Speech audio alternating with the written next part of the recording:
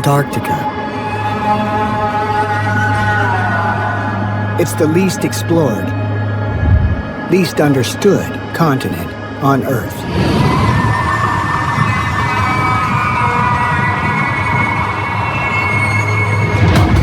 In winter, the sun never rises. In summer, it never sets. 5.4 million square miles of frozen desert, home to the driest place on Earth. Average winter temperature, 20 to 90 below. Barely anything can survive here. No native people or land mammals. Not even a single tree. But in spite of the worst conditions on Earth, humanity is working to scratch out a presence. Oh, look at that. Wow. That is one mummer of a bloody coldest. Now we advance onwards into nothing. Just ice shelf and horizon now. About to hit some ice. Brace for shot. The world's top scientists. They're really cryptic, totally designed for living in this sea ice. And the men and women who keep them alive. Oh, we're just about to enter into the shear zone here. Join forces to battle conditions that threaten human life. Visibility's down to 20 meters. The coldest temperature ever recorded. 135.8 degrees below zero. And the strongest ever sustained wind, 199 miles per hour.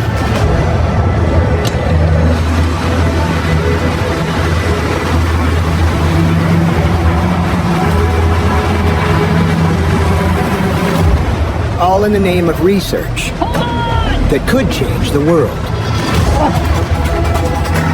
We're in some pretty thick ice here. I can't fit anymore. Hey, what just happened? Something that just hit something. We've got the lock, send somebody to investigate it. Want me to put the propulsion mode in neutral?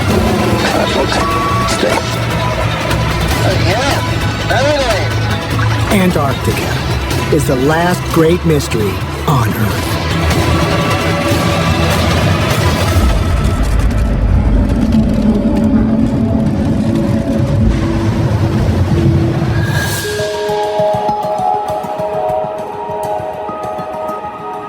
In this frozen wasteland at the bottom of the planet, it takes a massive effort just to survive. There are over 70 bases, built by 30 countries, and spread across the continent. At the mouth of McMurdo Sound, in the heart of the Ross Sea region, is Scott Base, New Zealand's permanent research outpost. Get your gear off, get comfortable. Here, scientists are housed, fed, and protected from the elements by a network of green buildings linked by weatherproof tunnels. And it's all coordinated by Scott Base leadership. Right now at Scott Base, this is the busy season, and it starts in October and it goes right all the way through to February. So that's 5 months that we're pretty much peaking. In total, we have about 330 people going south. So it's pretty crazy. It takes, over 200 people to support, 90 scientists. Get that one over up on top. Can help you tie that stuff down. Today, the Ross Ice Shelf team is leading on one of the most ambitious expeditions in the history of Scott Base. We're packing up. All of our science cargo is ready to go. 10 scientists and 2 survival experts are going 220 miles south to a floating mass of ice attached to the continent, where no one has likely ever set foot. The Ross Ice Shelf is the largest lump of floating ice in the world. It's the size of France, and actually we've got one measurement that's ever been made in the 1970s. That's it.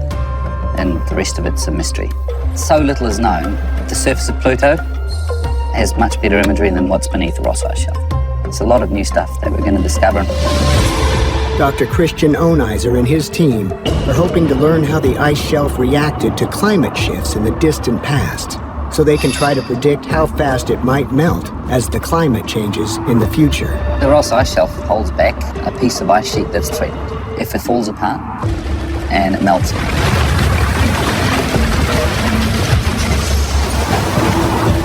even though it's far away, the impact would be somewhere in the order of 6-7 meters of sea level. But I'd be worried about 10 centimeters. That's already enough to impact low-lying areas, like where I come from, South Dunedin. You can write off whole neighbourhoods there. 6 meters, of course, you're wiping out everything. We've got fire extinguishers in all vehicles. I'll just go and double check that they're in there. Tom is in charge of team safety, and he has to lead them south across over 200 miles of rough ice, including a known area of deadly cracks called the shear zone. The shear zone, massive crevassing out there. They are huge, pretty humbling sights. Nobody is to leave a vehicle during that time we go through that area. Some of the crevasses in the shear zone can be 5, 6, 7 metres wide and probably 30, 40 metres deep.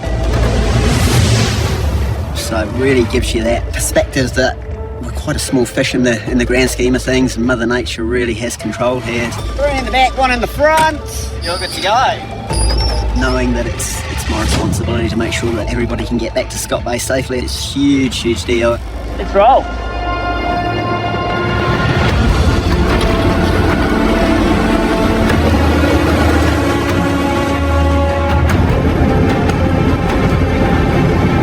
To survive the journey, the team is relying on specialized vehicles called Haglunds. These Haglunds is pretty tough. They're tracked vehicles.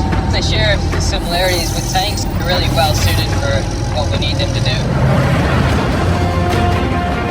I'm looking at this wide expanse of nothing, and it's a bit creepy. We've spent so much energy and time, months of planning and building a piece of equipment. But now what happens? No one's ever done this before. It's exploration. It's going to be interesting. From this point on, we've got 4 hours before we get to the shear zone, and very gingerly make our way through what's essentially a minefield of crevasses.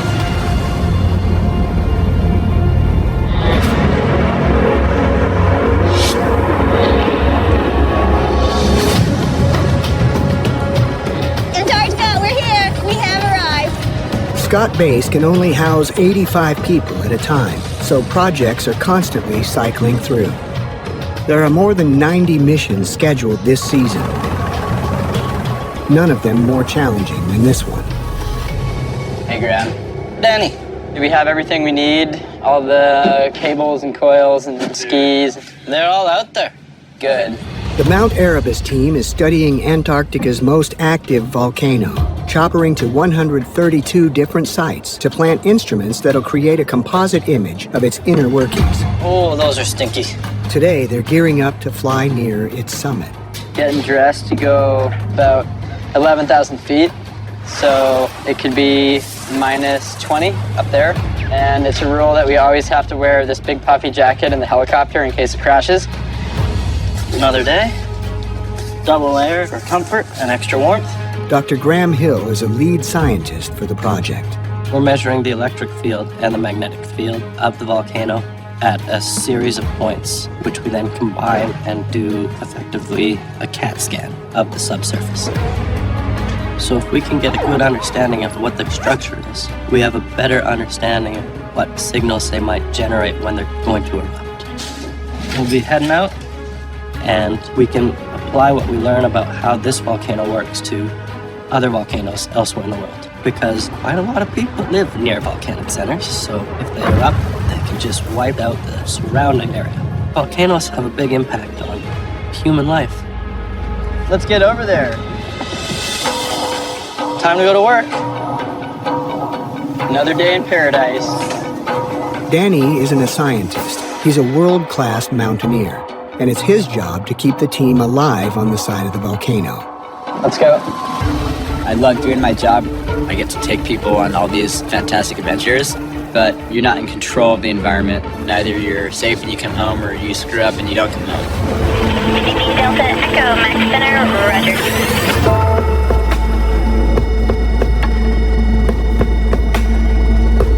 This is Hef. Hef flies the chopper. Mount Erebus is just more than 20 miles away, and he has to navigate unpredictable winds. Bit of a breeze up here, 20 knots maybe. Pretty good. He also has to find a safe place to land.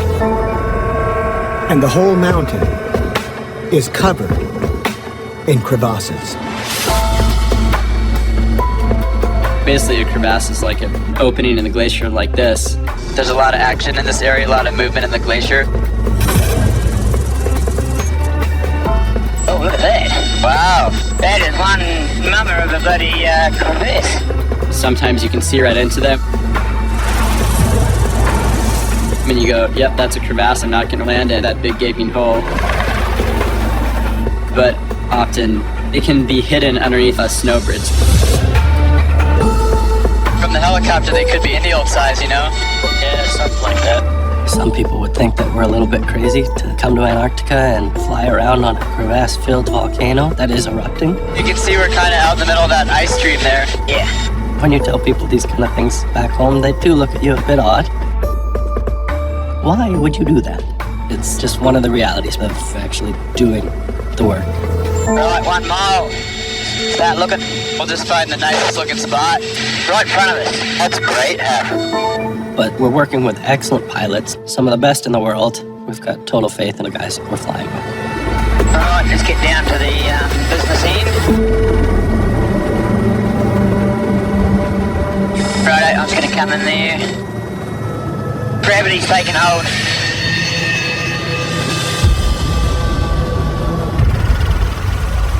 They've landed, but they're not out of the woods yet. Just this year, a veteran pilot from an Aussie base landed on what appeared to be safe ground. He was delivering fuel to a depot on the west ice shelf, but after getting out of his helicopter, he fell into a deep crevasse. They managed to retrieve him from a depth of about 20 meters, but he died of his injuries. It's Danny's job to check for crevasses, like that one, while the pilot keeps the rotor spinning to take off quickly if the snow caves in. All right, I'll see you jump out there.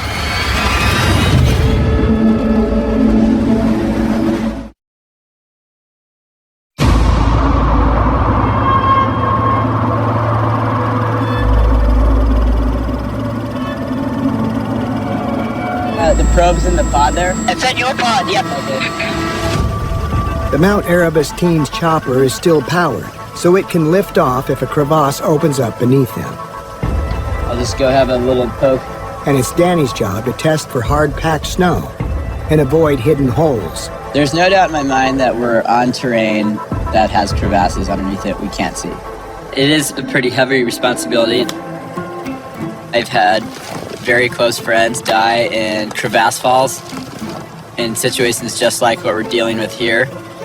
So for me, it's something that's very real. Okay. He's wearing skis to spread out his weight. But even so, every step is treacherous. It's kind of like this. Walking between two skyscrapers. At least the walker can see the drop.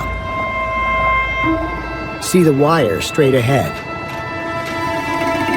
Crazy as it might be, if he puts one foot in front of the other, he'll make it safely across and avoid a 1,300-foot drop.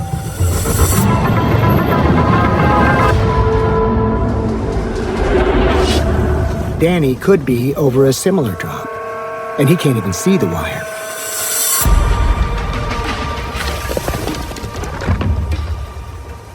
I'm just gonna poke around a bit.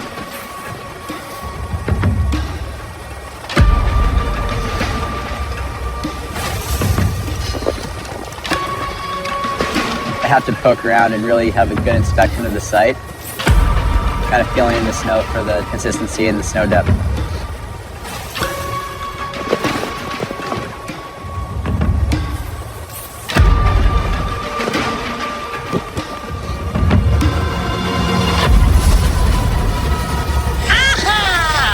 We made it! Hey guys. Yeah, I think it looks good to get out. It's a nice accumulation zone, so there's lots of snow here, and it's a nice compression area as well, so I think as long as we keep it nice and tight, we should be fine. You just have to have a little bit of faith. Now it kind of bless the area. This area is safe. And people can get out and then start working.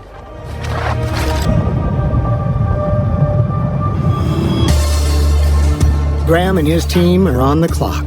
They have to bury 4 sensors in 4 different directions and run hundreds of feet of cable back to a central computer. And the chopper will be back for them in 2 hours. Fingers are getting a bit chilly trying to do this out here in the wind. I think I've drunk too much water. Wow, man, looks like you were hydrated. Good job. In Antarctica, nothing gets left behind. Not even urine. In an effort to preserve the most pristine environment on the planet, all human waste is brought back to Scott Base.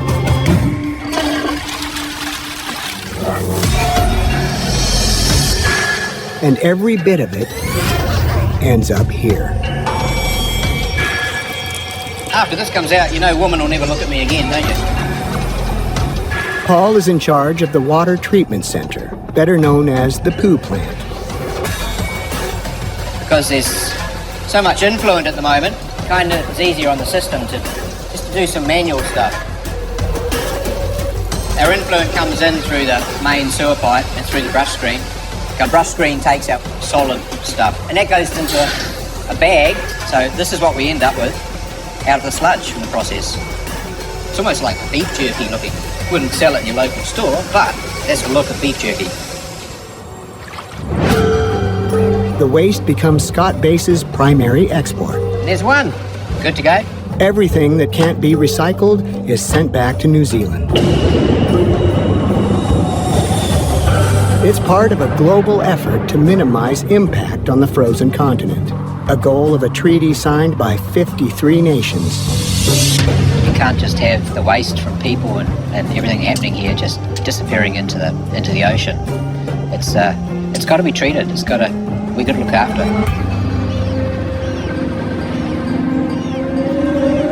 it. Just like the continent itself, the surrounding ocean is carefully protected. Wildlife migrates to these waters every year, and perhaps no feeding ground is more important than one off the coast of the Antarctic Peninsula, the northernmost tip of the mainland. Do you see in particular sites of concentration, or is it? Back in here, if it's calm, this is where those animals will be sleeping. Oh, nice. Dr. Ari Friedlander is one of the preeminent scientists and conservationists in his field. So there's something special about the 3 or 4 areas right in here that there's always whales. His goal is to study humpback and minke whales, to find out how their ecosystem responds to a changing climate. This is sort of right in the middle of that feeding season, so filling that gap of what these animals are doing at this time of year is going to be pretty awesome. We're trying to measure the underwater behavior and movements of the whales, get an estimate of their size, and we're trying to understand what whales need to survive and the amount of food that they eat. If you don't eat enough, you're not going to reproduce. And if you don't reproduce, it's a very quick process into your population not growing. We just left Deception Island, so we'll easily get into the Gaylord Straits and the mouth of the Herrera Channel by dawn. Perfect. If the whales are looking good, you can be out working. Cool. This is a place where people have made huge changes in the environment. Over the last 50 years, the winter air has raised by about 5 degrees Celsius. The sea ice over the last 30 years in this part of the peninsula has decreased in the number of days that are ice covered. There's a huge standing stock of krill here, and that's what they need to feed on. But the warming that's occurred here, if that affects the way that krill are distributed, it could mean something pretty significant. More than 4 billion people rely on seafood as a staple, and the fish we eat smaller fish, which eat smaller fish. In some cases, all the way down the chain to this: krill. As sea ice recedes, the algae they eat goes with it. And if krill disappears, so does the whale's food supply, and a big part of our own. We've got the drones and the suction cup tags. See if they survive the trip. We have a small UAV, a little quadcopter with a camera on it. And when we fly that over the whale, we can get a very precise estimate of the size of that animal. So we're just going to fire the motors up without the props to make sure that's all running. The other thing that we do is deploying suction cup tags. These tags, they're basically like a smartphone. They record the angle of the whale, whether it's rolled over on its side, the heading of the whale, the depth, and the speed of the whale, and it does that hundreds of times a second. It also records video, which is awesome because we can then sort of corroborate the things that the sensors are telling us with what we actually see the whale doing. It's got two 720p cameras in there. We can get about 9 hours of continuous data. And all of that packaged together gives us a really precise estimate of the health of the animals down here. Tag data, UAV data combined is going to be opening new worlds, really. So let's find some whales. Yeah, let's do it.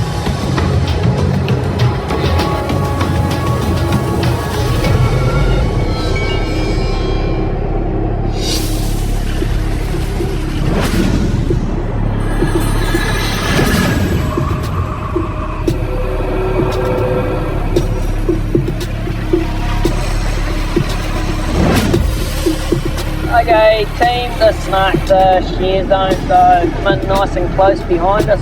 Okay, thank you. The Ross Ice Shelf team has traveled about 30 miles, and they're facing the most dangerous part of their traverse. Oh, we're just about to enter into the shear zone here. We just want to make sure that everybody's capable should the worst possible case happen. The shear zone looks like a safe patch of snow, but like Mount Erebus, it's full of hidden crevasses. For as flat and benign as it looks, there's a lot going on. One side we've got sort of the McMurdo ice shelf, and the other is the Ross ice shelf. It's where two large kind of ice masses are coming together, much like a river comes together. And the reason it's called a shear zone is because there's kind of a shearing effect between the two. So it's quite an active area. Interesting spot. The shear zone is an intimidating area, around about 6 or so kilometres, that have a number of significantly large crevasses in them.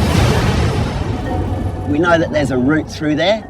We really reduce that speed down even further so that we're 100% sure what we're driving on is good to drive across. Just keep a little extra following distance. How far do you want? 50 metres? Maybe 50 metres. We're just going to be going a little bit slower through here, and if we stop, you should too.